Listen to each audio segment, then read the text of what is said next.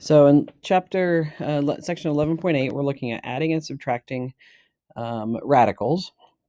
And so to do that, you have this basic concept or basic idea that if you have the two radicals that are the same, you can think about those as variables, right? If we had x plus x, everybody knows that equals 2x. So if I've got the square root of 3 plus the square root of 3, then we can treat it just like a variable and add like terms where we add the coefficients, remembering that anytime there is no coefficient, there's an implied 1. And so root 3 plus root 3 just is 2 root 3. So if I take a look at an example like this, the square root of 60 plus the square root of 15 minus the square root of 90. Well, none of these have radicals that are the same. So you might begin by thinking, oh, well, I can't simplify this any further, except for the fact that some of these radicals are not simplified themselves. So we take a look at square root of 60. Well, 4 goes into 60 15 times. So that just turns out to be 2 root 15.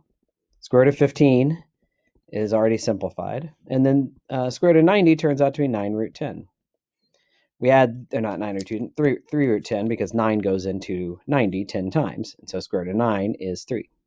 So that's going to give us 3 root 15 because this is a 2 and a 1 and you have the same radicals minus 3 root 10. You cannot add these together because they don't have the same radical. And so we can't go any further. It's just like if this was 3x minus 3y, you would leave the answer as 3x minus 3y. So in the same way, we leave this as 3 root 15 minus 3 root 10. A few more examples. If we have one like this, 2 times the square root of 12 minus 4 times the square root of 32 plus 3 times the square root of 98. Again, you just got to go through and simplify each of these terms themselves and then find out which ones have like terms. 12 is the same as 2 root 3, so you're going to have 4 times the square root of 3 minus 32 is the same as, well, 16 goes into 32. So it's just going to be 2 times. So you're going to have 4 root 2. So 4 times 4 root 2 is just going to be 16 root 2. And then 98 is the same as 49 times 2, which is 7 root 2. So you get plus 21 square root of 2. We notice that these two are the like terms because they both have square root of 2. This has a square root of 3, so we can't add it to those. So we get 4 root 3 plus, because it's negative 16 plus 21, so it's going to be positive 2. Positive 5 root 2. So the answer is 4 root 3 plus 5 root 2. Now, one of the reasons that we have learned that if you notice, this is why, or one of the reasons why we learned to simplify radicals is because we couldn't do these two problems without having simplified radicals first. And it's the same thing for rationalizing denominators.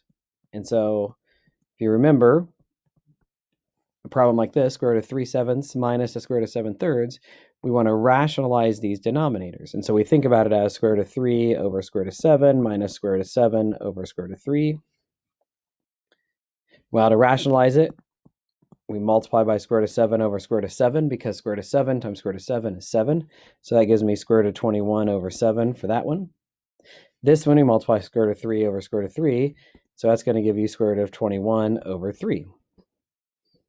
Now I need to add these two fractions together. So we need to look at, they've got the same square root of 21 here. So that means they can be added together. So the common denominator, if you've got a 7 and 3, is 21. So it's going to be 3 root 21 over 21. That's right. I multiplied the denominator by 3 to get 21. So I need to multiply the numerator by 3. Same thing here. I need to multiply the denominator by 7. So that multiplies the numerator by 7. So that means I got 3 root 21 over 21 minus 7 root 21 over 21. Common denominator, common radicals. I can add the numerators then, and that gives me negative 4 root 21 over 21. And that is the simplified version of this. And they look very different from each other. Okay. We could take a look at one like this, which is somewhat similar to that one, but adds a few layers to it. 2 times the square root of 8/3 plus the square root of 3/2 plus the square root of 24. Well, we need to just go through and simplify each of these separate from each other. These first two, we need to do the rationalizing the denominators. This one we can simplify to just 2 root 6. Okay, so for the first one, we're going to do square root of 3 over square root of 3. So that's going to give me 2 square root of 24 over 3. This one we're going to do square root of 2 times square root of 2, which is going to give me square root of 6 over 2. And this is 2 root 6. Almost done. We need to notice that this one can be simplified further. 2 root 24 can be simplified as 4 root 6 because 4 goes into 24 6 times.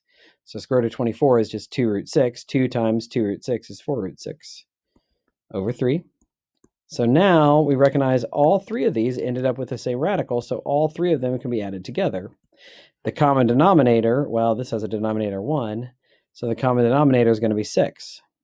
So that's going to give me 8 root 6 over 6, multiplying these two by 2, plus 3 root 6 over 6, multiplying those two by 3, and then 12 root 6 over 6, multiplying the top and the bottom by 6 for that one.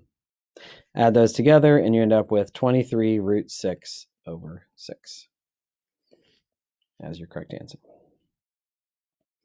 Okay, and so that just gives you a feel for adding and subtracting and radicals. Again, the key is look for common radicals. You have to simplify everything down. You have to rationalize all denominators before you can know for sure whether or not you can add the radicals together.